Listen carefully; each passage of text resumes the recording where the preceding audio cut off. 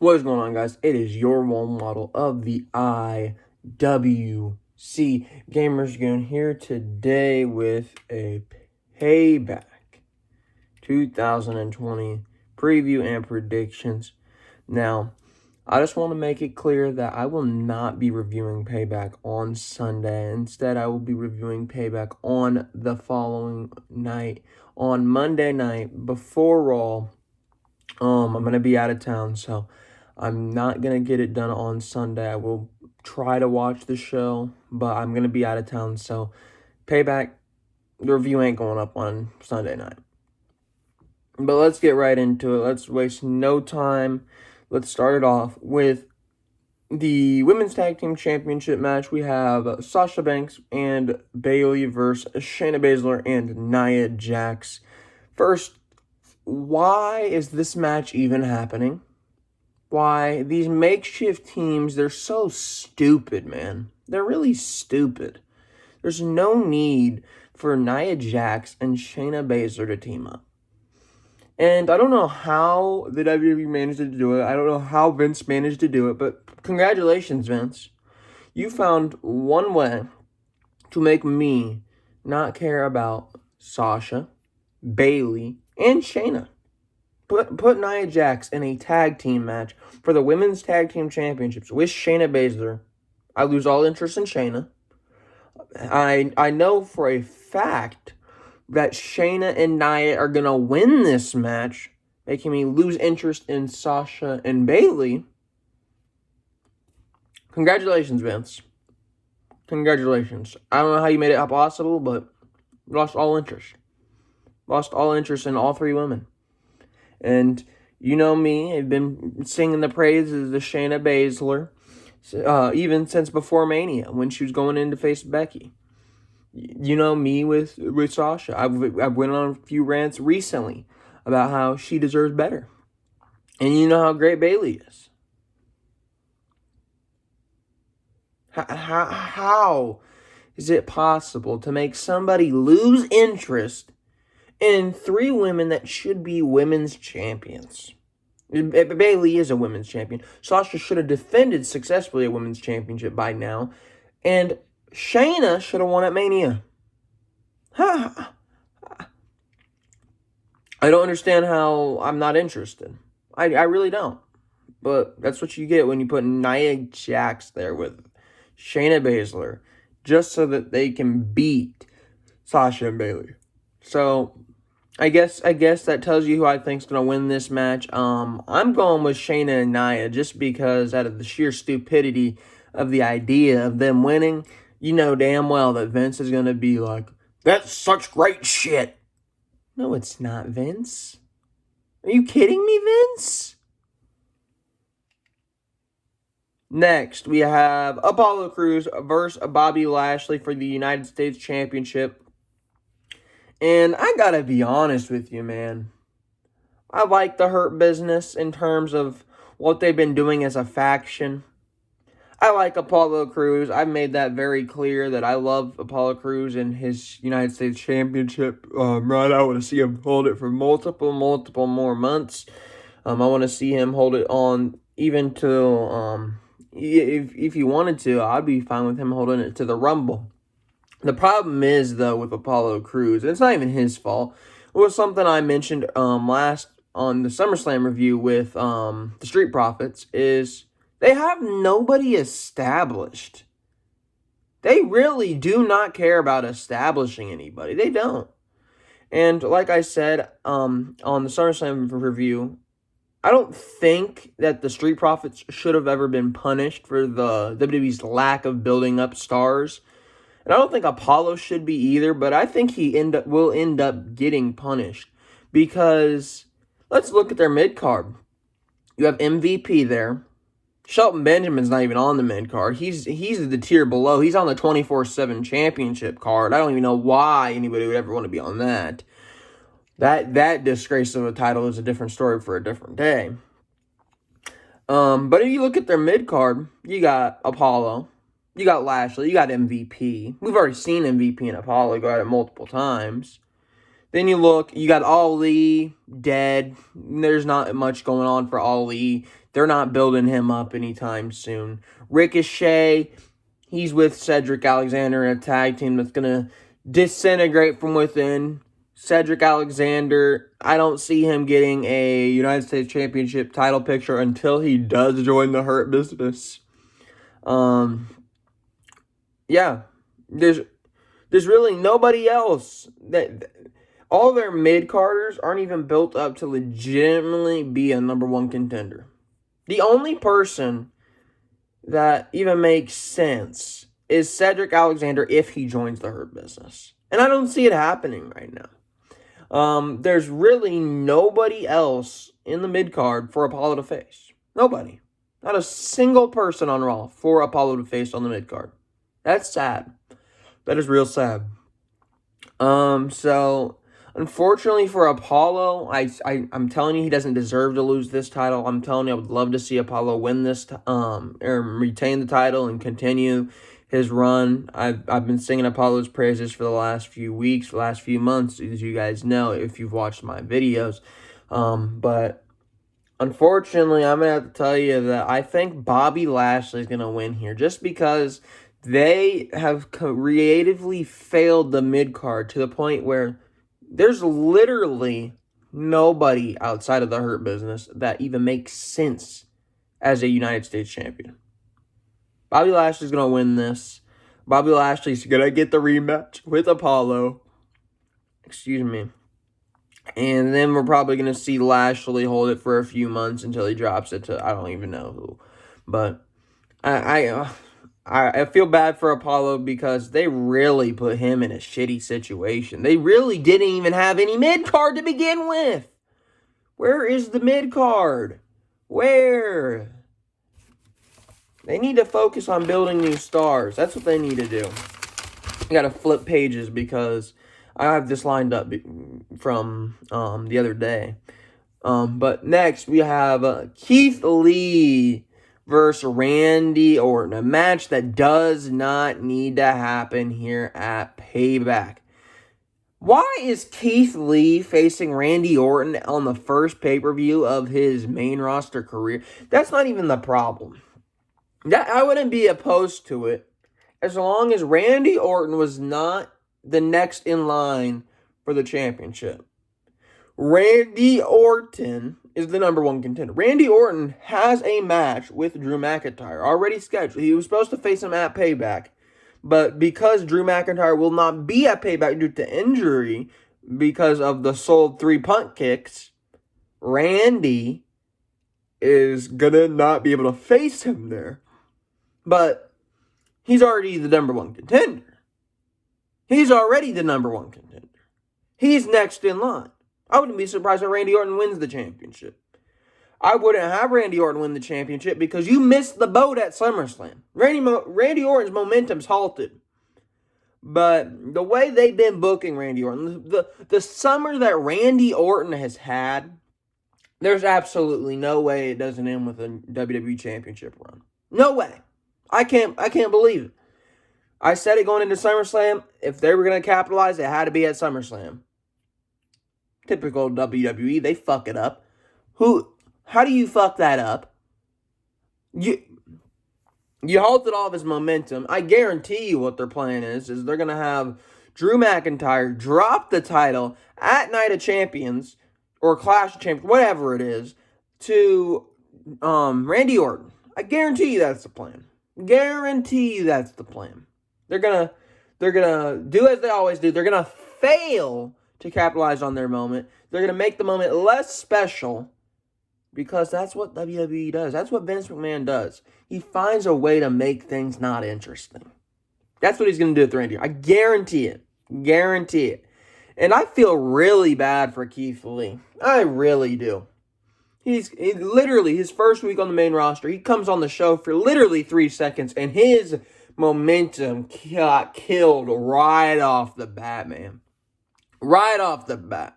He comes in with the most generic music I think there's ever been in a wrestling entrance. He comes out in some attire that it looks like he's wearing some basketball shorts, but it looks like a skirt. It's so weird. Oh my god. His momentum was killed on the spot Monday night.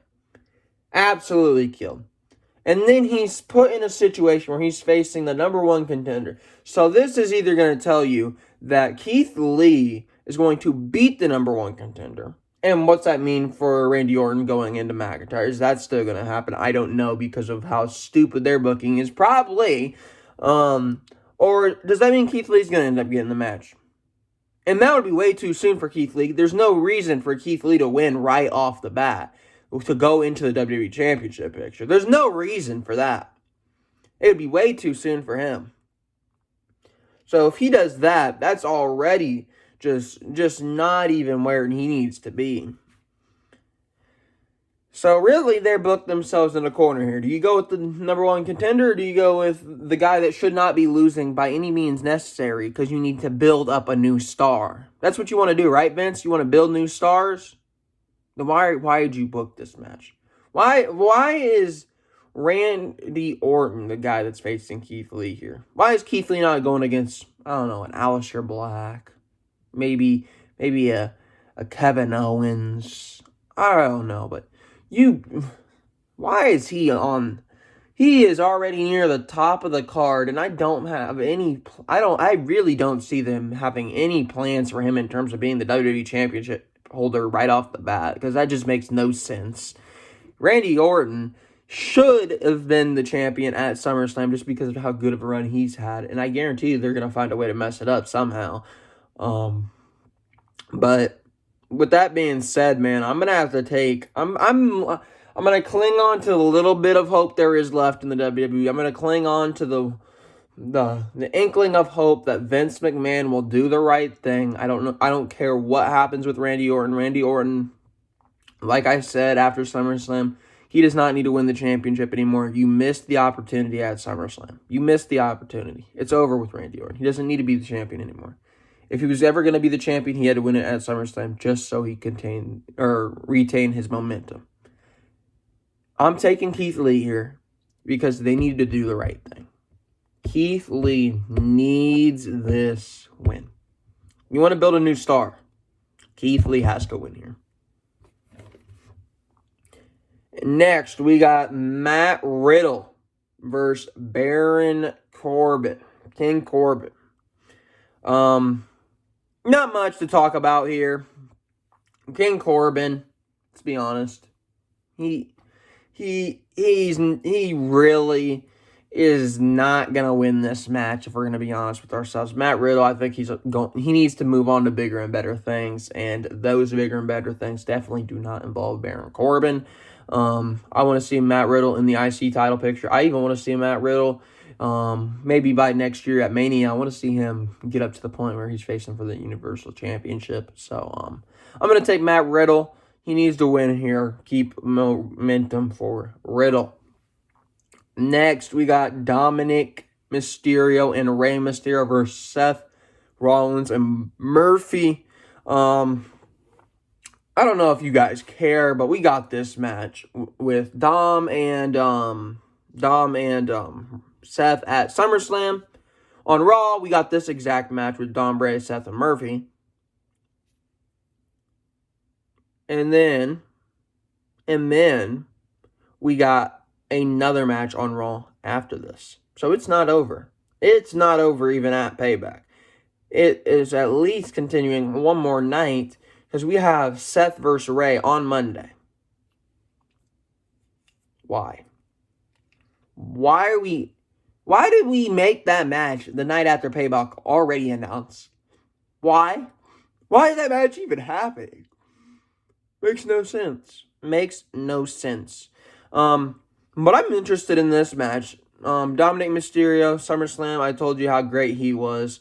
Rey Mysterio, we all know how good he is. Seth Rollins, great in the ring. And Murphy, same thing, very underrated guy. It has all the ingredients to be a really good match with these four men. I'm excited to see what happens here. And I'm going to be honest with you. I don't see Seth Rollins and Murphy winning here. I'm going to have to take Dominic Mysterio and Rey Mysterio here to get their payback on the Monday Night Messiah, Seth Rollins, and his disciple, Buddy Murphy, a.k.a. just Murphy now, because Vince like cutting people's names in half. And last, and certainly not least, we got to talk about the Universal Championship. We got to talk about the big dog, the Fiend, and the monster among men, Braun Strowman. I'm going to be honest with you.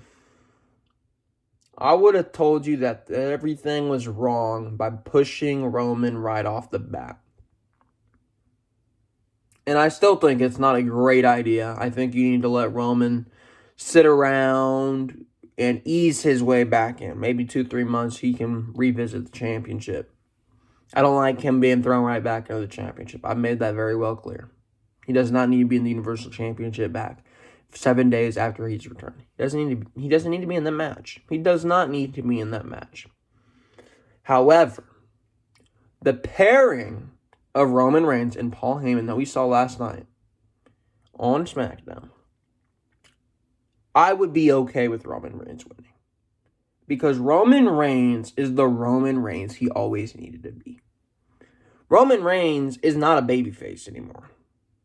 Whether they want to sit there and act like he's the face of the WWE or whatever, he's not.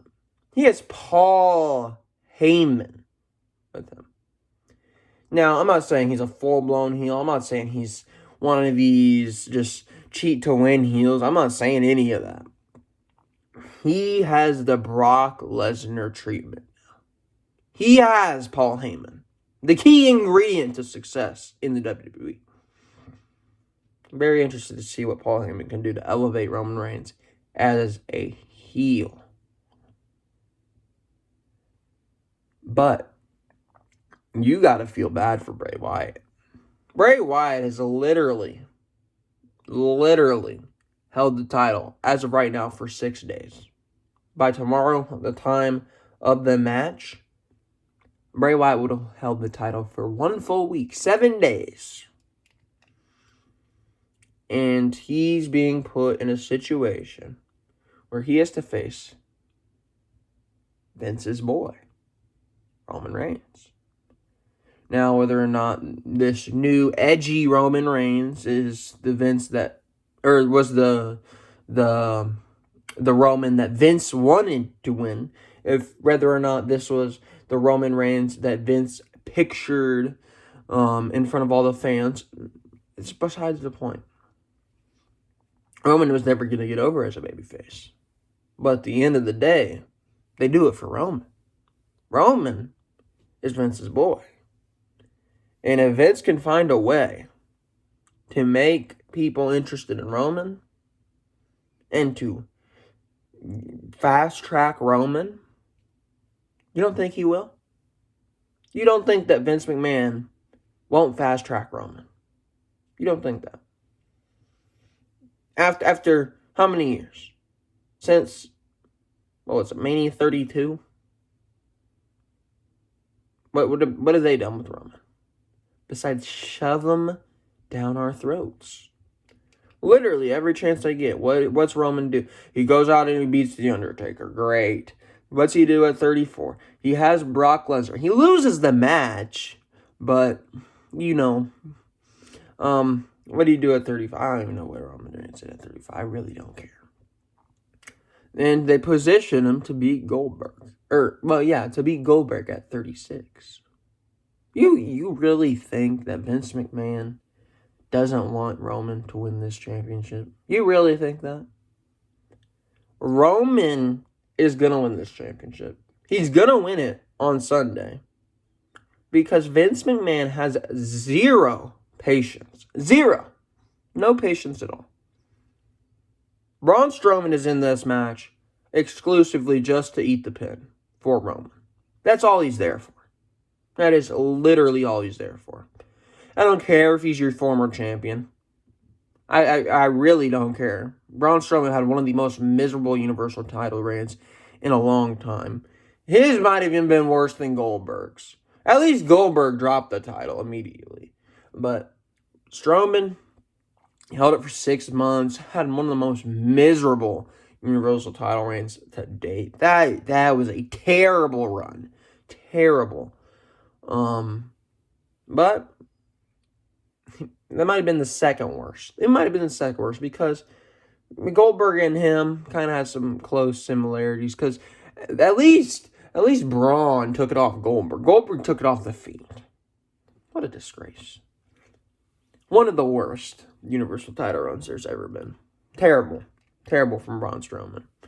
But Braun Strowman is literally in this match just to eat the pin.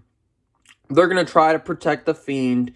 I don't know how you can have The Fiend in a triple threat match and protect him. You act like The Fiend isn't this mysterious character that can easily turn the lights off and do all this magic crap behind the scenes. And just the first time we saw The Fiend, he gets up from everything, hits the mandible claw on people. It's not the same Bray Wyatt we saw last year. It's not. Whether or not he turns the lights off and disappears from the ring or any of that stuff, it's not the same Bray Wyatt. This Bray Wyatt is a Bray Wyatt that is going to sit there on the ground as you have Roman Reigns pinning Braun Strowman. And that's going to be considered protecting The Fiend. That's not protecting The Fiend. That's killing The Fiend. You killed him twice already.